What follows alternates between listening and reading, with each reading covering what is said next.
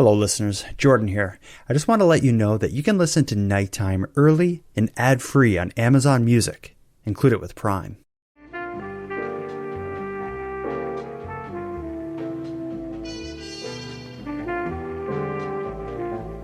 You are listening to the Nighttime Podcast.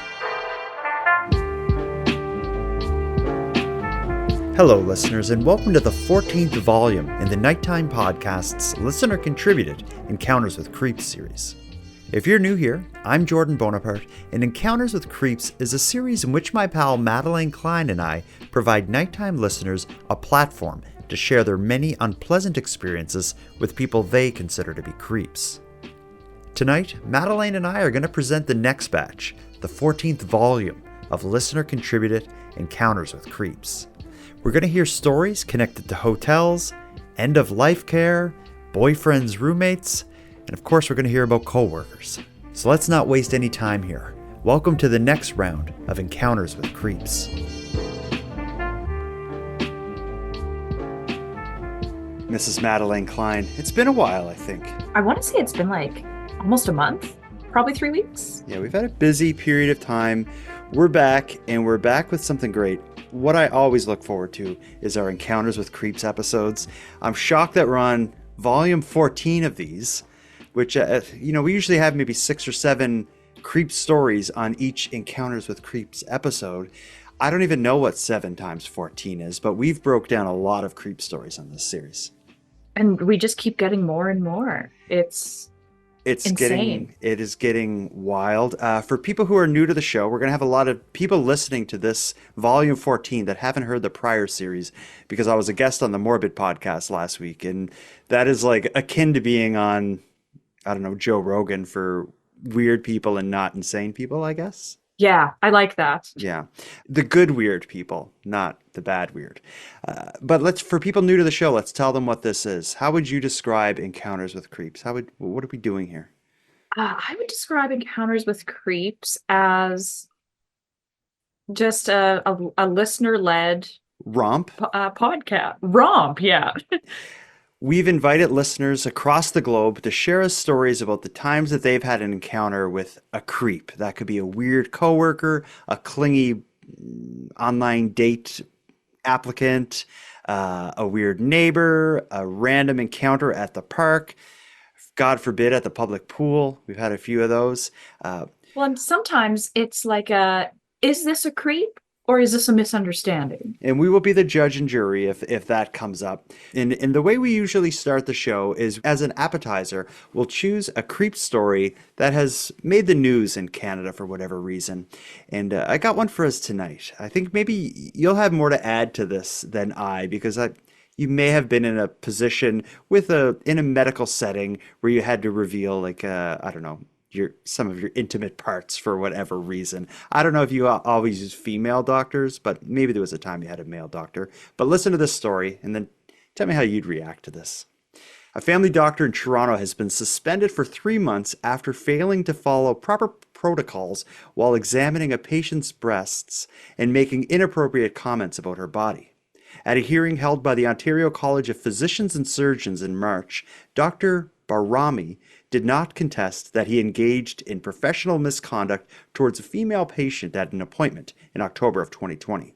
At the appointment, the tribunal found that Barami failed to explain a physical examination he was about to conduct on his patient. He then put his arm around her while palpating her side and told her that she had a woman's body. 2 years later, at another appointment with the same patient, Barami once again engaged in inappropriate conduct. As he was about to perform a breast exam on the patient, he tugged on her shirt and started to remove it. The patient was not given a gown, and draping was not used during the examination. Dr. Barami did not offer to have a chaperone present and didn't give the patient privacy to take off her clothes and put them back on, the hearing discovered. Also during this appointment, Barami made inappropriate comments regarding the woman's body, including telling her that her body was perfect. In a complaint later, the patient said Barami's comments at both appointments regarding her body made her feel uncomfortable. While Barami has no prior formal disciplinary history with the college, the complaint in question isn't the first instance of concern over his conduct. In 2014, he was directed to undergo a self-directed learning program while practicing in Manitoba after he reportedly adjusted a patient's bra without her consent and failed to use proper draping. Related to the latest complaint, Barami's suspension will commence on February 1st, but he'll again be able to practice as of May 1st, which is just about next week. But I'm interested to get your take on this story because you work in a medical setting. You can explain what you are and do. Oh, well, I am like my job title is sterile processing technician, but I used to work in an operating room. Okay. So I used to work directly with doctors, surgeons. It's all kind of the same. Okay. But like I shuddered so many times when you were reading that.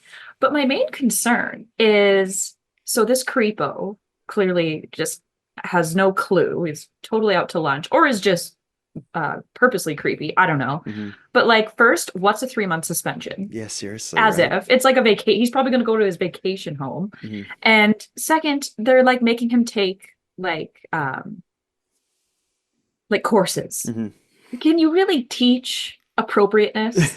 Like if he doesn't know by now. Yeah. And isn't that like 101? Isn't that the first thing you learn in medical school? Well, is like consent and bedside manner. That's kind of what I thought. And when it comes to like, let's say if you're examining a woman's breast for whatever reason, as a male doctor, you certainly would have the wherewithal to understand that that's a sensitive thing, and your boundaries and communication and appropriateness is like tied for number one with like actually doing the health stuff. Like that's well, you would think you would think that you would be on high alert, like dotting your I's, crossing your T's. And the idea of the doctor like quickly rushing her and trying to take her shirt off on his own, I don't know. Like I think a 3-month suspension is ridiculous. I laugh because it's so absurd. The idea that anyone would think that that's appropriate.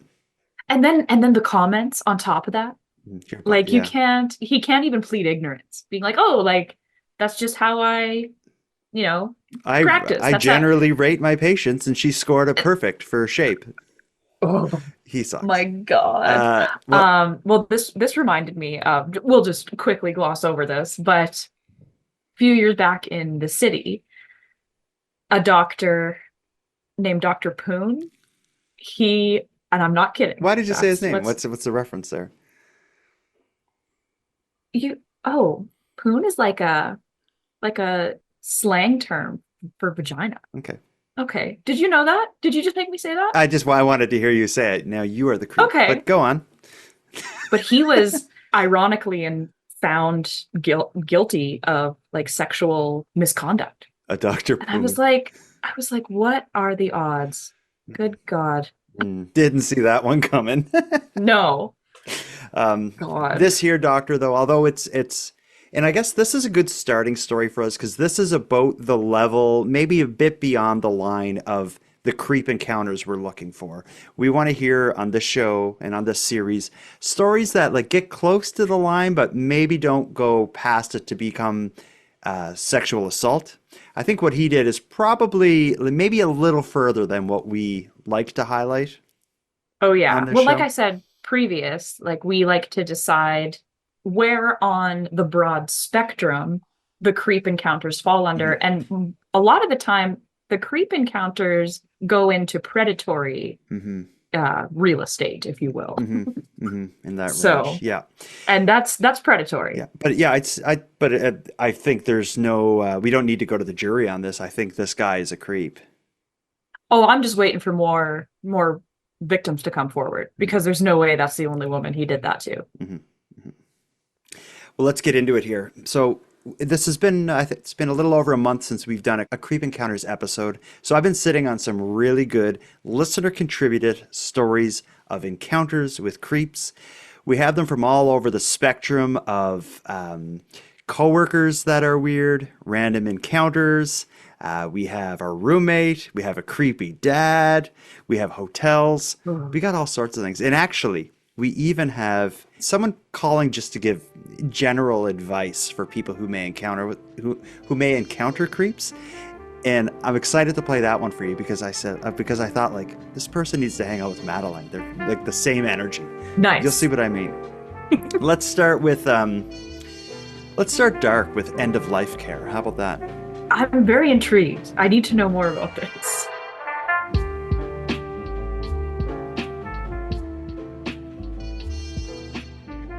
This is a listener from Utah who works in end of care hospice and found themselves encountering a creep. The creep wasn't the patient though. It's like an in-home caregiver that lives with the patient. So let's listen to this one. Hi, Jordan and Madeline. Madeline, congratulations on your baby. I'm so excited for you. I'm going to keep my name private because this is a work-related story and it just happened, but I am from the States, specifically from Utah.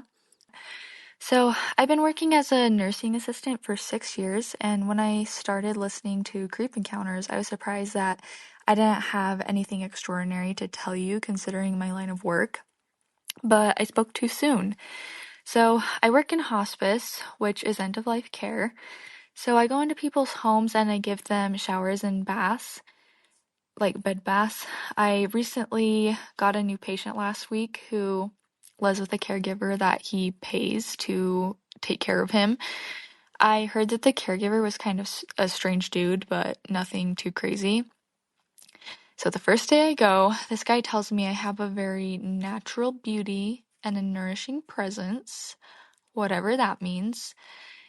The next time I go, he tells me I have nice style. I was wearing scrubs with a turtleneck long sleeve shirt underneath, so it kind of felt like he was fishing to give me a compliment.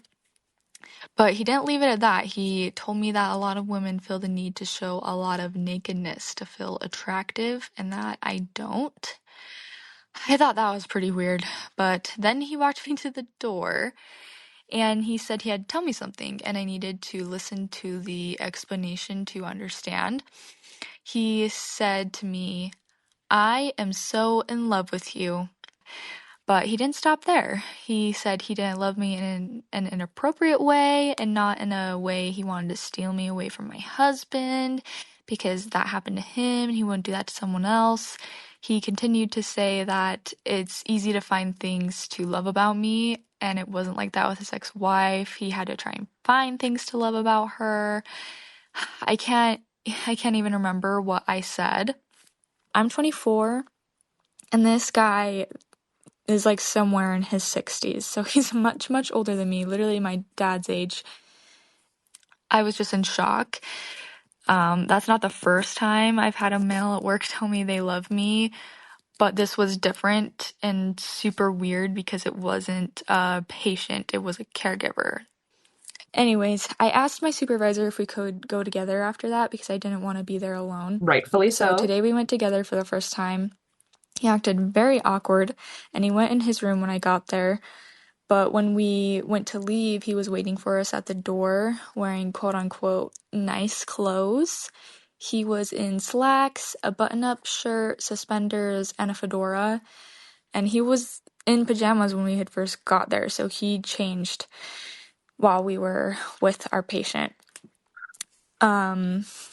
So he asked if he could talk to us about what he had said the week before to me. And he talked to us for almost 10 minutes, explaining that some professor influenced him to say that he loved me. Apparently, this guy tells the crowd when he speaks that he loves them, which I think is very different things when you're telling a crowd and a person to their, like one person to their face. He said he meant it as a compliment, but then he turned around and said it was a joke. If it was a joke, it was a really bad joke. My supervisor got after him and told him that if he made me feel uncomfortable again, I wouldn't be going back, and he snapped back at her and he told her that it was really, really good that he was on a good antidepressant, because if he wasn't, then he probably would have hurt himself because he was suicidal in the past, and he just felt so bad about what he said to me. And that made me like really upset because he was making us feel guilty for his own actions. So, yeah, that's that. I'll keep you updated if anything else happens, but I will be taking mace when I go. So, what do you guys think? Is this guy a creep? Thanks for listening. Bye. She ends it with, "What do you think? Is this guy a creep?" I don't even think I need to answer that question. But what this guy's motivation was is like the mystery, because it sounded like what he did was something in between like trauma dumping and grooming and like, Like he needs a therapist, is what it sounds like. oh man, and this if this man is doing like end of life in-house care, staying with somebody, like that is terrifying to me. Oh, Maybe it's a see, good thing that she walked in there and got and a. he's the worst kind of creep because he very quickly obviously realized he's a big creep and tried to do damage control. Mm, And then he tried to like place the blame somehow on them. yeah. And it's just like, so you're a creep and a narcissistic, probably sociopath. And Like, gaslighter, like this guy has all yeah. that stuff. Oh, he I knew he was like, oh, Yeah, I he didn't. he never expected her to like come with backup. So I think he knew he like freaked her out or something. Something else I liked about that voicemail is I like the immediate reporting. Like this Yeah. story, it's not like in 1997. She's like I like earlier today when I went there with my manager. I really appreciate her like bringing us along for this, and maybe there'll Yeah. be updates. So, we've Good on had. her for reporting and good on her supervisor for not like sweeping it under the rug and being like, "Oh, it's fine." Yeah, like no, she Yeah. confronted it. That's what you want. And I wonder at the end when she said, "I'm going to bring Mace next time." Like maybe it's not a bad idea. I don't know if she was joking, but I don't know. Maybe something to consider seriously. Well, now I'm thinking this guy was talking about how his wife left him. Maybe that's why he's doing this end of life care. He needed a place to stay. Yeah, yeah, maybe. I don't have to try to love you like I did find reasons to love you like I did my wife. Like it's saying That things like is this is the first just time you meet someone. it's Ooh, like when you go on it like a first date with someone, they just continue to talk about their ex. It's yeah. like, what are you doing? And I don't know if you want to comment on this, but she also says like this isn't the first time someone at work told me they loved me. I could see if you're like kind of like a caregiver nurse type going and seeing patients who are maybe not with it because of medicine or whatever health stuff they got going on. Maybe that's a part of it, but would that be a normal part of the female experience having Oh coworkers and yeah. okay. I think not so much coworkers, like although it happens, but patient. I've got lots of nurse friends, and they've got some good stories. We're talking marriage proposals. Okay. Some people try and say, like, I want to leave you my house or like put you in my will. Well, Yeah. I'd rather And that like, than freak me out being a creep at the door. oh yeah, Yeah. leave me something. Put me I in your get, will. yeah, I guess we only have to listen to prior volumes of Encounter with Creeps, and we do see how often females become the target of someone's affection. Like we've had countless stories of customers showing up at work with flowers and stuff. So I guess it's Well, just a thing. a lot of my friends, they are on dating sites, Okay. Tinder, whatever. It's kind of a foreign concept to me because I got with my husband just before Tinder came out. So Okay. I've never been on these dating sites, but I can't believe how many, and mind you, I'm only getting the female perspective. I haven't really talked to any of my guy friends, but I can't believe how many guys will tell my friends that they love them before even meeting them. Really? Like they talk to this stranger for a day or two, and then these guys are like, "Yeah, I love you." That's a bit of a red flag. It's crazy how fast people fall, I guess. I guess, but I think the 60-year-old who falls in love with the 20-year-old while she's at work that afternoon, Oh. that's a bit different. Let's move on to the next one. This we'll kind of stick in sort of the theme of coworkers because we're about to hear about Madison's very desperate coworker. Here it comes. Hi, Jordan and Madeline. This is a submission for the Encounters with Creep series. My name's Madison. I live in New Brunswick. And this is a story about a work creep that I had when I was in high school at a part-time job. So I worked at a famous children's toy store. You can probably guess which one it is. I'm going to pause it for a second. What could it be? My thought was Toys R Us. What other famous children's toy stores? As far as famous goes, I would just guess Toys R Us, and then the only other one that comes to my mind is Mastermind. Okay, which I wouldn't say that's famous. So I'm gonna say No. I'm gonna guess I'm gonna bet on Toys R Us, but let's see what happens in Toys R Us or equivalent. And I worked there all year around, but at Christmas they would hire like new people just for a few months. It's Toys R Us. So this one year, I think I was in grade 12. I was the youngest person that worked there. Everyone else was in their 20s. This guy in the story, I would say, was also 20, 21. So we started working there. I never talked to him, but a lot of the older girls told me he was kind of weird. And if he messaged me on Facebook, to just ignore him or block him. Eventually, I think he did message me on Facebook and I ignored it. A little while later, we were alone in the staff room together and he approached me and kind of asked me for my number. And I told him I don't give out my number to people at work. Kind of got awkward after that. Good. A few shifts later, he approached me in like the warehouse section of the store. We were alone back there. And he said, I wrote my number on a slip of paper for you. And he was like holding the slip of paper out to me to take. And I just told him again, like, I don't really want to be texting anyone from work. Again, he kind of went away really awkwardly. Like, he had very poor social skills. I've never talked to him more than just a quick hello. Every shift, he would say, like, please let me know if you need help with anything at all. Then it kind of escalated one day after work. We both got done our shift at the same time. He went home right away. I stayed back for a half hour talking to a coworker. And when I got to my car, I look up and his car is parked directly in front of mine and he's just staring at me.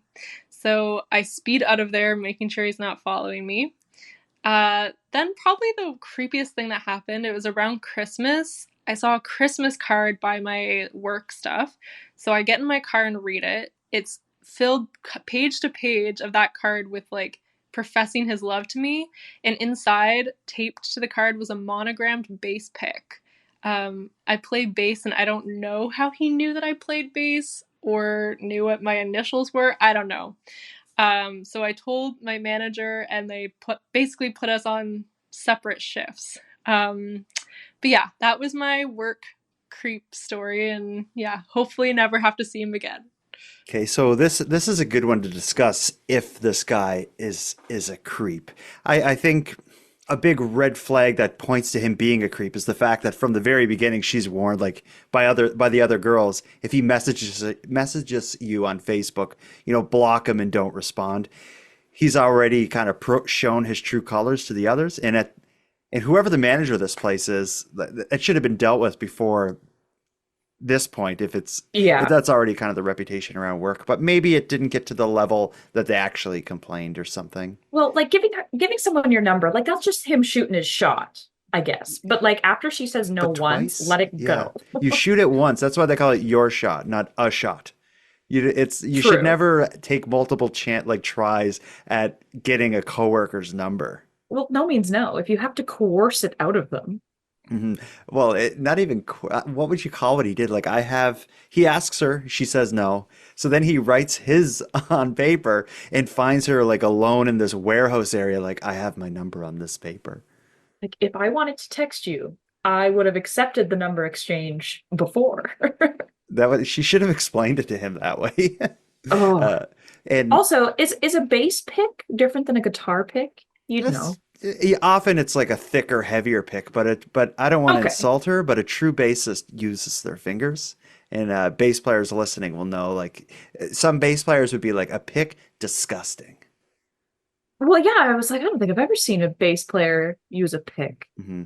But that's not what we're talking about. well, it is, though, because she says, I don't know how he knows that I play bass. So would that is the implication that he went on her Facebook and maybe like... That was my first thought. Yeah, found a picture and like, I know how I can win her heart. She will want my number when I make her a bass pick. And subconsciously getting her to love me. She calls it we have like... the same interests. What did she say? Like a monographic bass? Like I think... A monogram? Does that mean like your initials are on it? I think so. Okay. And then she's like, how did he get my initials? Oh. Yeah. What do you think? Is this a creep or just like a socially awkward fella who's just trying to make something happen? At first, he was just like a socially awkward guy, but he quickly tap danced Mhm. into creep territory.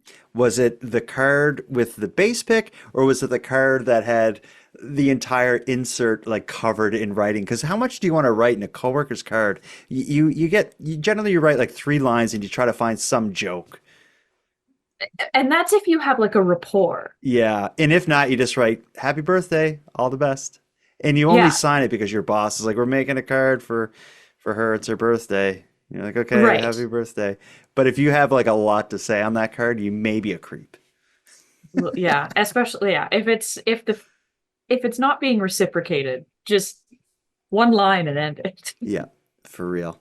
I've only ever Try not to gotten. use the word love in that line.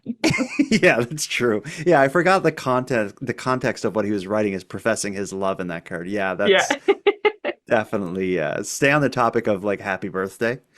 Yeah. Have a good one. Yeah. I've only ever gotten one card that was like completely filled with writing, and it was from notorious serial killer Alan Legere.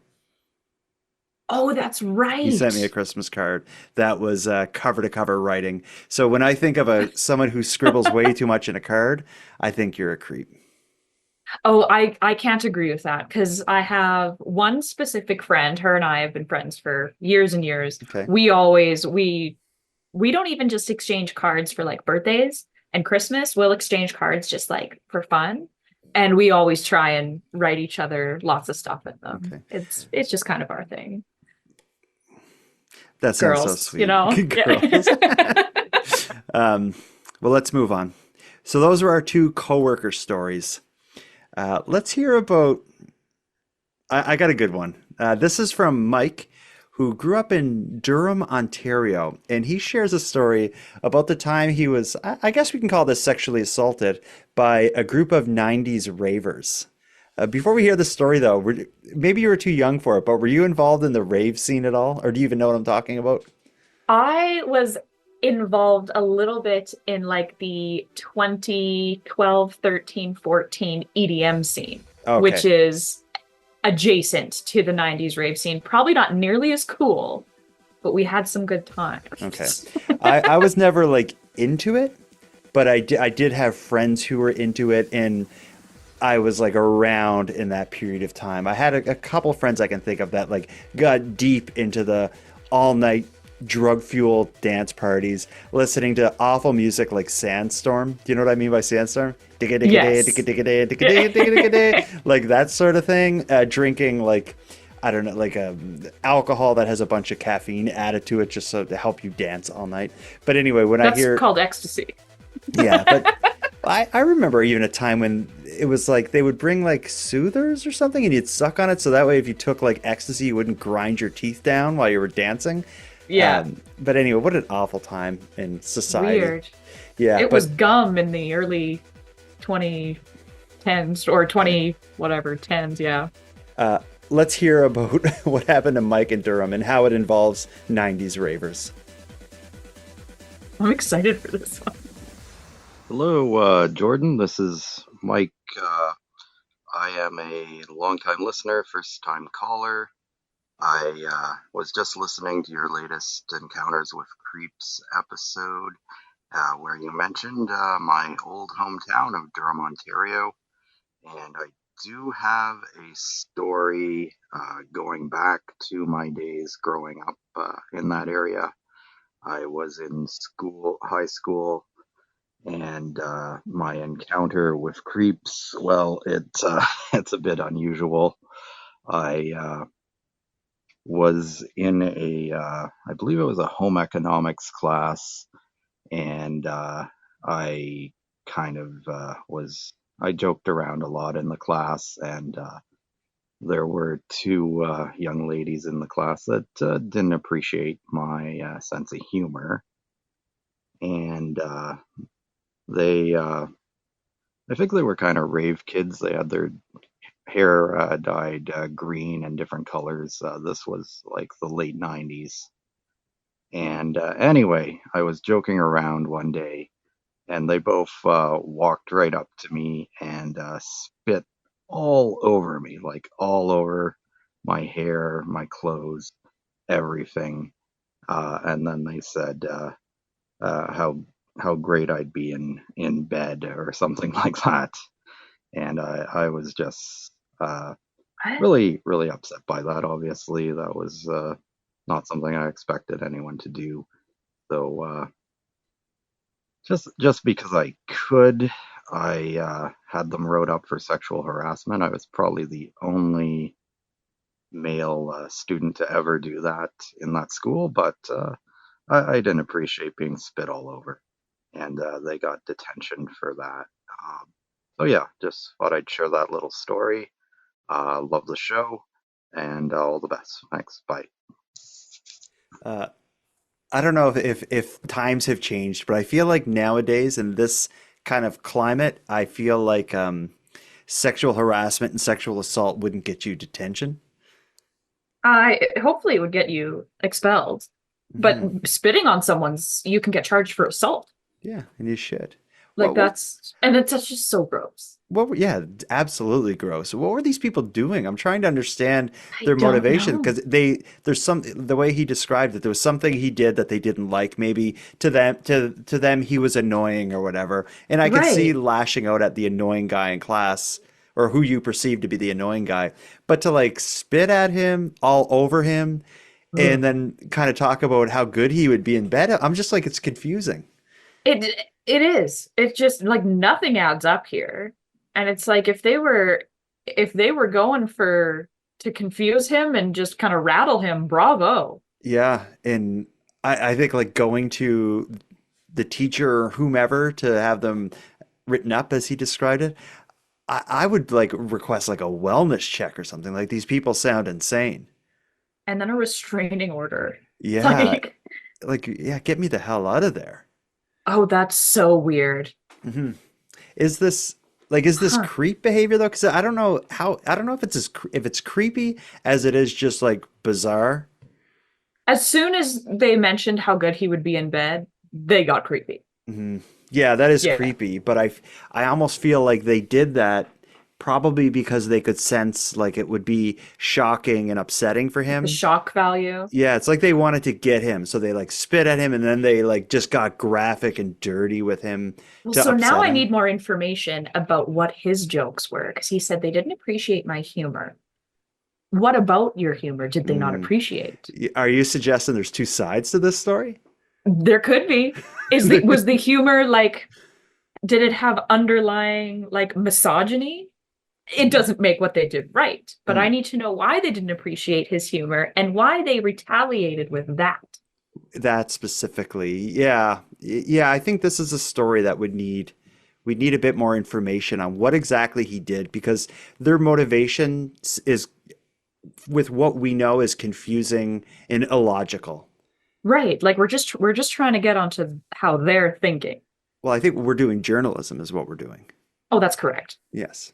Uh, I'm not ready to say, like, I'm saying what they did is dumb and criminal. I Oh would yeah. suggest. Well, it is because spitting in someone's face or whatever is, and he's described it as spit all over him. Certainly, Ugh, that's assault. and just so gross. It is so gross. Someone else's spit. No, thank you. Ugh, Yeah. nasty. Since we're on the theme of like overtly discussing having sex with someone as they did to him, let's move on to another one. I'm going to call this story My Boyfriend's Erect Roommate. Oh no. Here we go. Should be the name of a movie. It probably is. Y- Yeah. Oh, yeah. I don't rent movies like that. Here we go. Hi, Jordan and Madeline. I just wanted to share my creep story with you. From working in the bar for years, I've got a million of them, but they're all kind of the same old, same old, same old. This one's a little different, though. Prior to meeting my husband, I was dating a guy that lived in the next city over, so I had to travel to see him. And he worked early mornings and I worked late nights. So I would usually just stay over and he would leave for work When I was ready to go, I would just head out and lock the door, and off we go. One morning, as I was sleeping, his roommate knocked on the door, and I opened the door, and he says to me, exactly, like I'm not using different language, nothing. This is exactly what he said to me. Hi, I have had an erection for 4 hours. Can you help me? So no, that is no. I have never left there so fast. And that should have been my first red flag to leave this relationship. But I ended up texting my boyfriend and letting him know what happened. And his reply was, wow, he's brave in the morning. And that was red flag number 2. So that was a good time. I hope you enjoyed my pain. Take care. Bye. So it wasn't her boyfriend that did it. It was her boyfriend's roommate, but she refers to it as red flags. Clearly a red flag.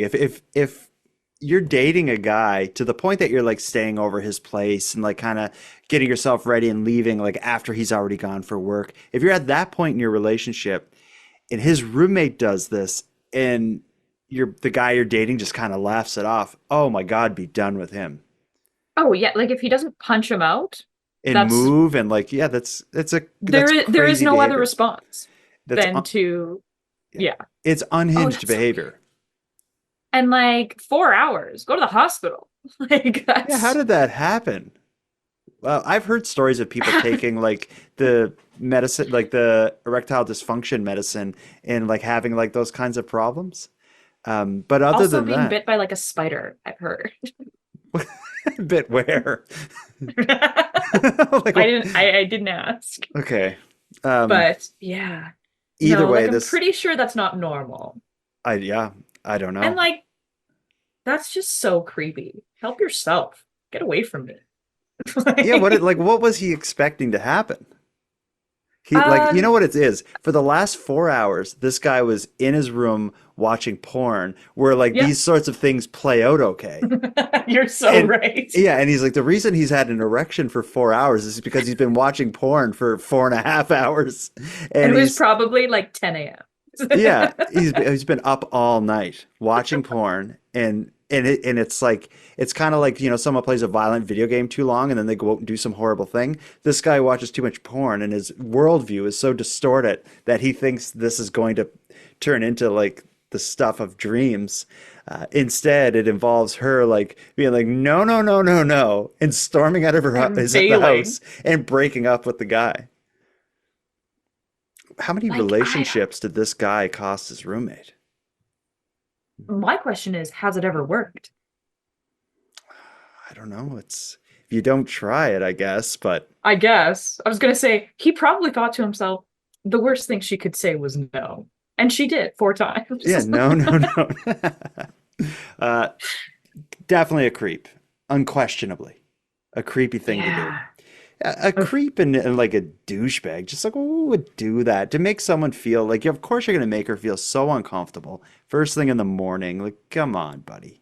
Or like maybe he was just so delusional. He was like, she's been giving me like bedroom eyes. I bet she wants me and I'm going to offer. She's tired because she hasn't had a coffee yet. Right. And I bet she got home at 2 a.m. Yeah, she woke right up when you said that, I bet. Here's another creep. Okay, this is along the same lines. This is a good segue from roommate to friend's dad. Well, you mentioned this one earlier, and I was like, I cannot wait for the dad one. Okay.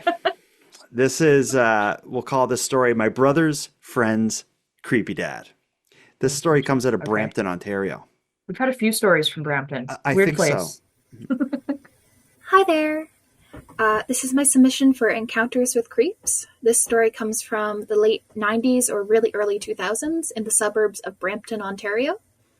This is from when I was about 10 years old. So I was asked to fetch my younger brother from his friend's place down the street because it was dinner time. I hadn't really been to that house before, but I had seen the friend's father at the local park before, so I was like, okay, I'll go and do that. So I rang the doorbell and his father answered. I told him why I was there and he invited me in. I politely declined and thought that'd be it. He stood there and didn't make any moves to alert my brother of my presence. I asked him again to go get my brother, and he said, "Not until you come inside," with this sinister grin on his face. I reiterated that we were in a hurry, and he continued to try to coax me into the house. Alarm bells started ringing in my head. I had never really been trained on stranger danger before, but I knew something seemed really off. From the doorstep, I tried calling my brother, but he laughed and said they wouldn't be able to hear me from the basement. My heart was pounding, and I stood my ground and threatened to come back with my own father, which finally made him shrug and go get my brother. When we returned home, I told my father what happened, and he said I should always listen to my gut. I refused to ever go near that house again. I don't want to even think about what could have potentially happened, but I've definitely tried to listen to my gut a lot more now. And usually, if my gut's getting a weird feeling about someone, it's right. So be safe out there. Thanks. Great advice, because one thing we've learned in so many of these stories is like, trust your gut. If something tells you something is weird and maybe it seems illogical, but there's something within you that's like, I don't know about this. Trust your gut. Good Lord. Always. Yeah. What you want to talk through this one? What are your thoughts on this man trying to get this 10-year-old girl to come in the house? That guy's lucky because she told her dad. This guy's lucky her dad didn't go over and knock him out. Oh, yeah. There's a lot of dads who would not be like, oh, don't go back there. Trust your gut. Yeah. He'd be like, give me a moment. I'll be right back. I got to go grab something. Yeah, exactly. From his face. Allow me to go to my shed and get a power tool. Yeah, well, what was this guy's idea? I don't know. Whatever it was, just like the Dr. Barami we talked about at the beginning of this episode, if you're in a position like this guy is, you need to consider like you would never do anything to make like a 10-year-old girl feel uncomfortable. Exactly. She knocks on the door to get her younger brother. So like, let's just say like her 7-year-old brother is downstairs. Why would you be like, not until you come in? Weird smirk. Like, dude, you are sick.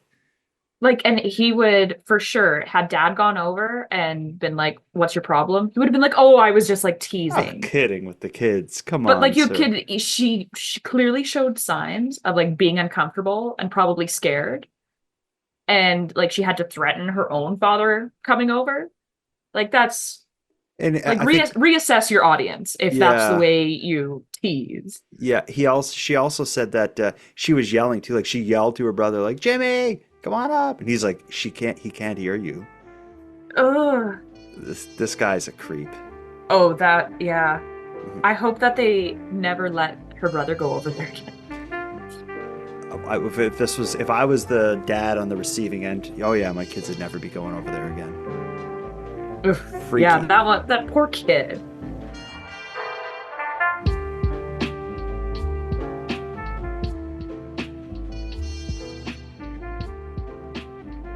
We got 2 more left. I'm going to say we have another one that's really advice-oriented. I'm going to save that, although this would be a good segue to it because the story we just heard did end with some advice about trusting your gut. But we'll come back to advice as we go. Let's hear... Actually, now that I think of it, we have 3 stories in a row that end with advice because this one also has a bit of a public service announcement in it. This is going to be Nat's creep story. And a bit of a PSA about hotels. Oh. Hi, Jordan and Madeline. Here is my creep story. I was in grade 8, and we were going on a school trip to Montreal. And it was the biggest trip of the year for us. We had to go to a hotel, and we were going to do all the sightseeing and excursions that one does in Montreal when you're in grade 8. However, the time of year that we went, it was the Stanley Cup Finals. And Montreal was playing. They lost. And if you know anything about hockey, Montreal fans got a little bit rowdy and wild and were very upset that they lost. And they ended up rioting in the streets. So here we are as 13, 14-year-olds in a hotel. We were told that all of our excursions for the evening were canceled and we had to stay in our hotel rooms. So what do teenagers do when you're in a hotel? You find trouble, or maybe trouble finds you. So we were in our hotel room, and I walk over to the other room since our rooms were connected to our friends, and I see my friends opening the window and looking across the window to an apartment complex. And we see these group of men, and they were doing explicit things at the window. You can fill in the blanks to us. And I'm assuming that they were probably, I would say, frat boy age, so that could be in their early to mid 20s. Does that excuse what they did? I don't think so. So obviously my friends were freaking out and screaming, and you don't know what to do in that situation. We ran outside to go tell our teacher what was going on. They ended up having to call the cops.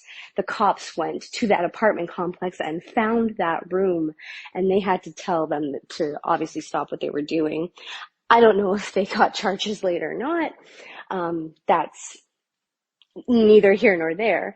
However, they didn't know how old we were, but should they have been doing that outside a window to a hotel window next door where they could obviously see young girls? Probably not.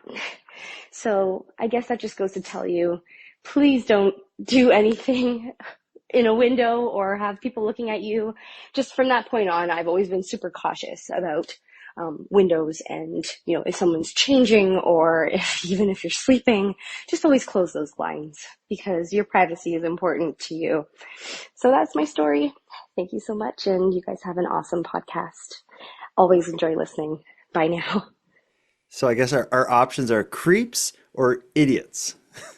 Both. Can't they be both? It can the be Venn both. diagram is yeah, like with creeps and idiots where they meet is they're right in the middle. Showing explicit things to underage girls from a hotel window.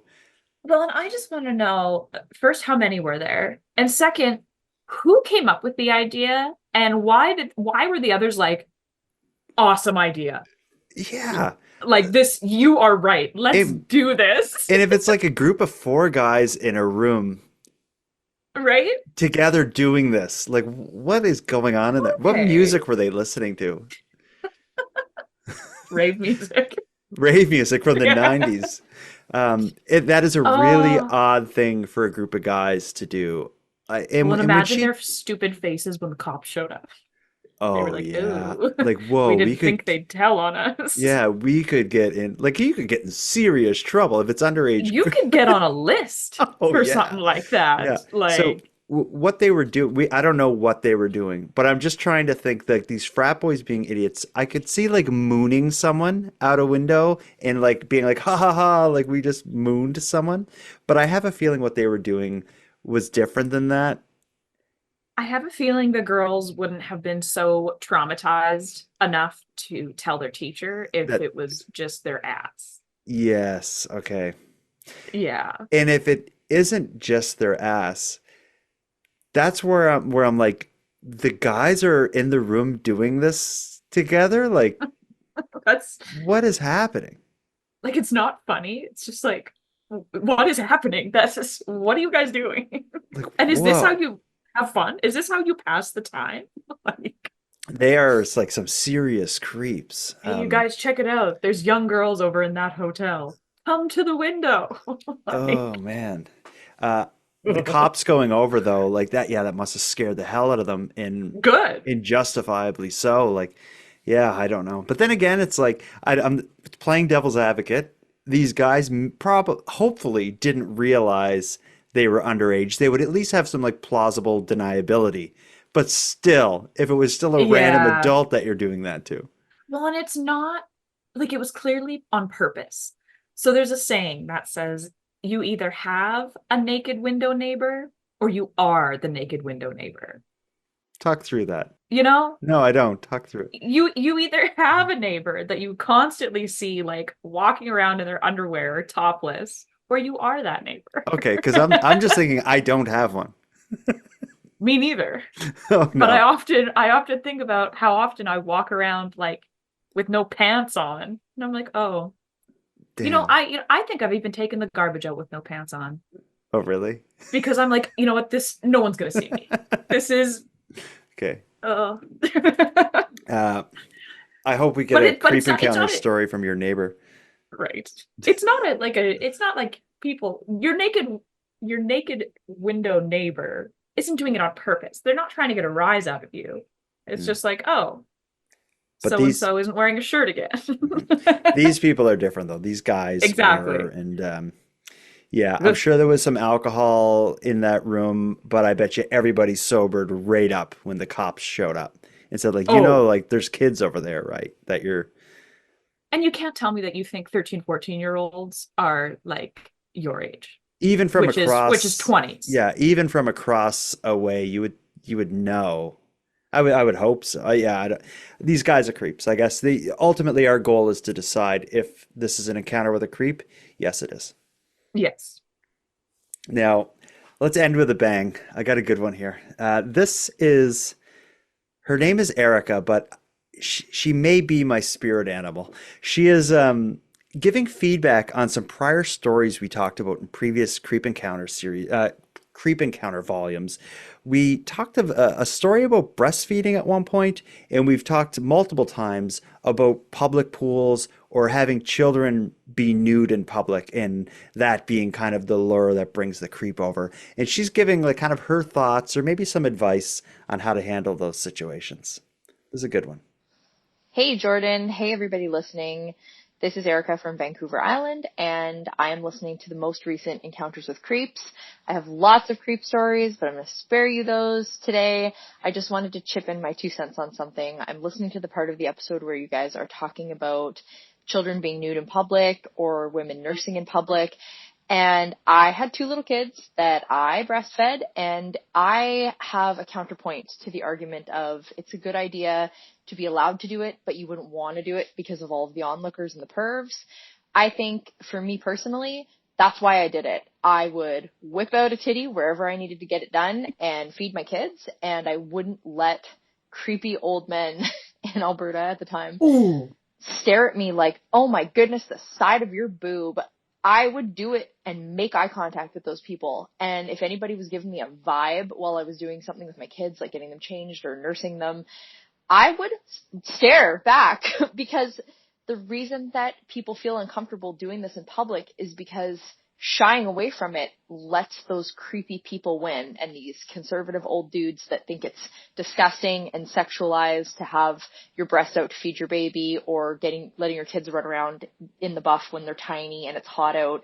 I think it's letting them win to be discreet, and to me it's the beginning of a slippery slope of the revocation of freedom, or maybe the revocation of people's right to be existing in their body in a way that makes them comfortable.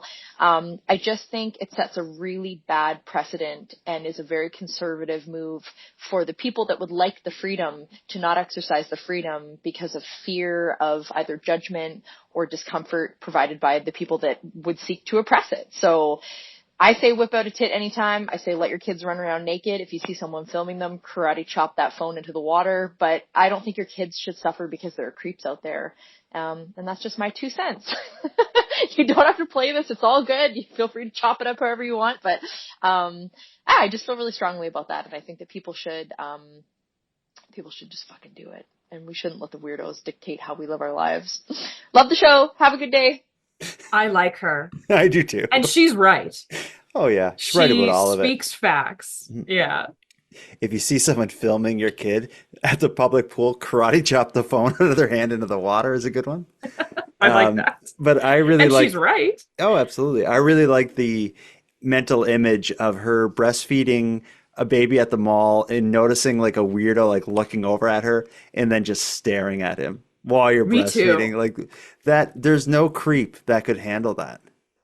Oh no. No. Because no, they would melt. They would like buckle under the pressure because they know that they're wrong. Yeah, because a lot of the creeps we hear about have this kind of like voyeuristic kind of side to them. Like they're at the public Yeah. pool watching the kids, or they're at the mall like watching some woman breastfeeding or something. They want to like peek and get away with it and get like a free glimpse of a boob. But if that woman is just sitting there staring right at him, like, look at it, buddy. That takes all the pleasure away for him and probably makes that creep like hightail it out of that mall. I am not only going to do that, but I'm going to scowl while looking, like Just, you want some prick? furrowing my brow. Yeah. Um, I love her. I love her voice. Me too.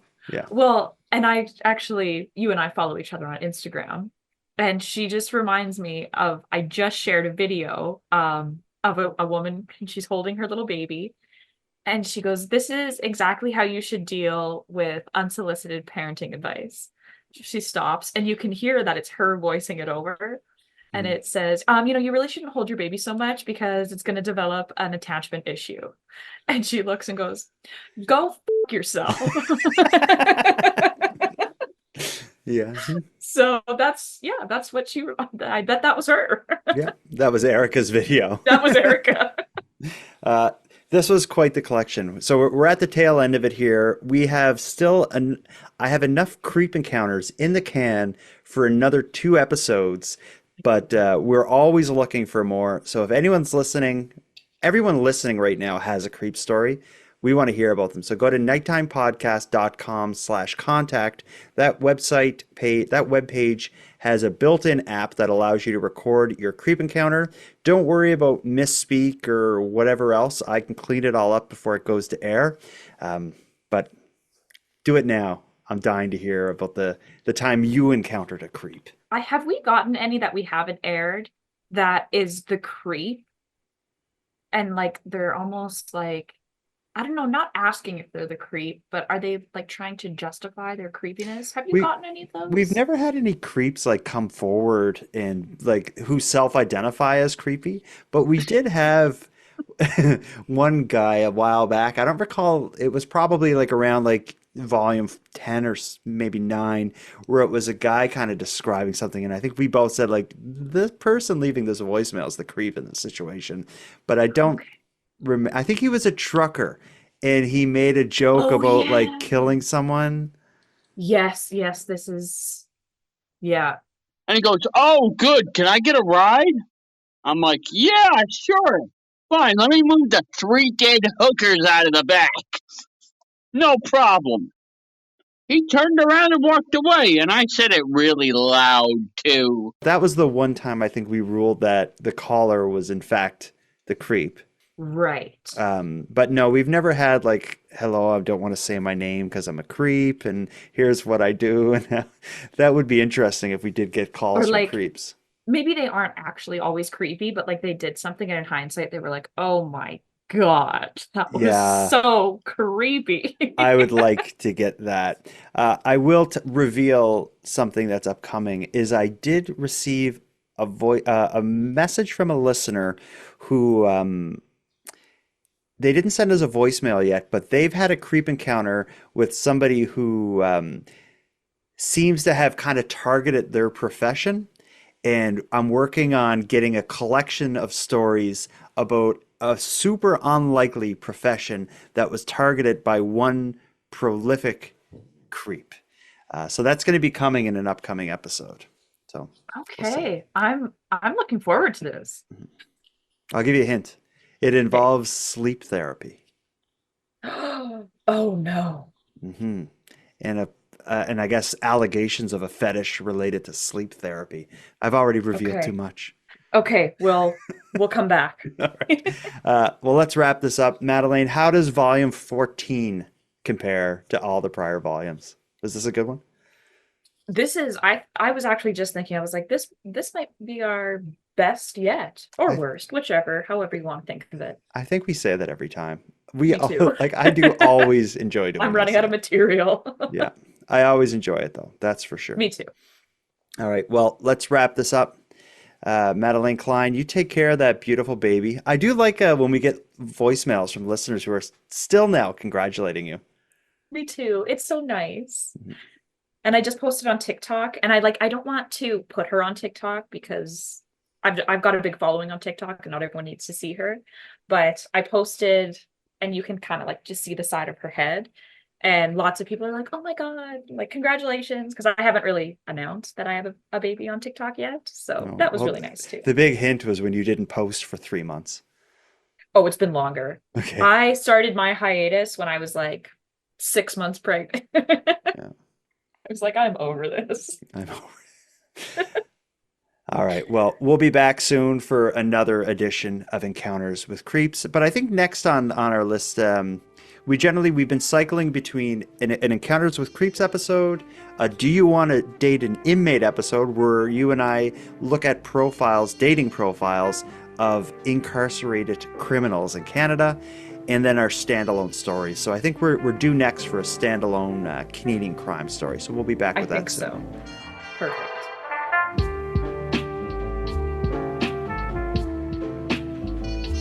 I want to thank you for joining Madeline and I for this episode of Nighttime. I'm going to start wrapping up the episode, but before we part, let me end with some thanks. First, a huge and sincere thanks to everyone who took the time to share their creep encounters with us. These stories, as usual, serve as a great reminder to keep our eyes open, our wits about us, and to trust our guts.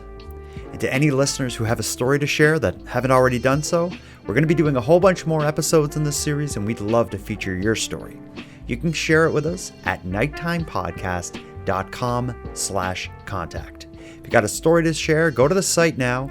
The voice recorder is easy to use, and if you make any mistakes or misspeak, don't worry about it. I'll make sure you're sounding your best before it goes to air. We're excited to hear from you. Now, before I wrap it up, I want to thank Monty Datta, who contributes the music for this episode, and LJ from the Dystopian Simulation podcast, who provides our intro and outro voiceovers. And then lastly, but most importantly, a massive thank you goes out to each and every one of you listening to Nighttime, as without your interest and your support, this show would be as pointless as it would be impossible. On the topic of support, let me thank the newest subscribers to the premium feed. Bryce, Casey, and Letty, I appreciate you. And for anyone else who'd like to support the show, you can do so in a variety of ways. First of all, a premium feed subscription costs just a couple dollars a month, and that money funds the creation of the show. But the premium feed will also give you the episodes 2 days early, give them to you ad-free, and give you access to a full back catalog of Nighttime episodes. If that sounds like something you're interested in, you can go premium right now at patreon.com/nighttimepodcast. And even if you don't want to go premium, you can still support the show by simply sharing this episode on social media and letting all your like-minded friends know what we're doing here. Your support in growing the show is very much appreciated. Now until next time, take care of each other, hug your loved ones tight, and let me know if you see anything weird. The Nighttime Podcast is written, hosted, and produced by Jordan Bonaparte.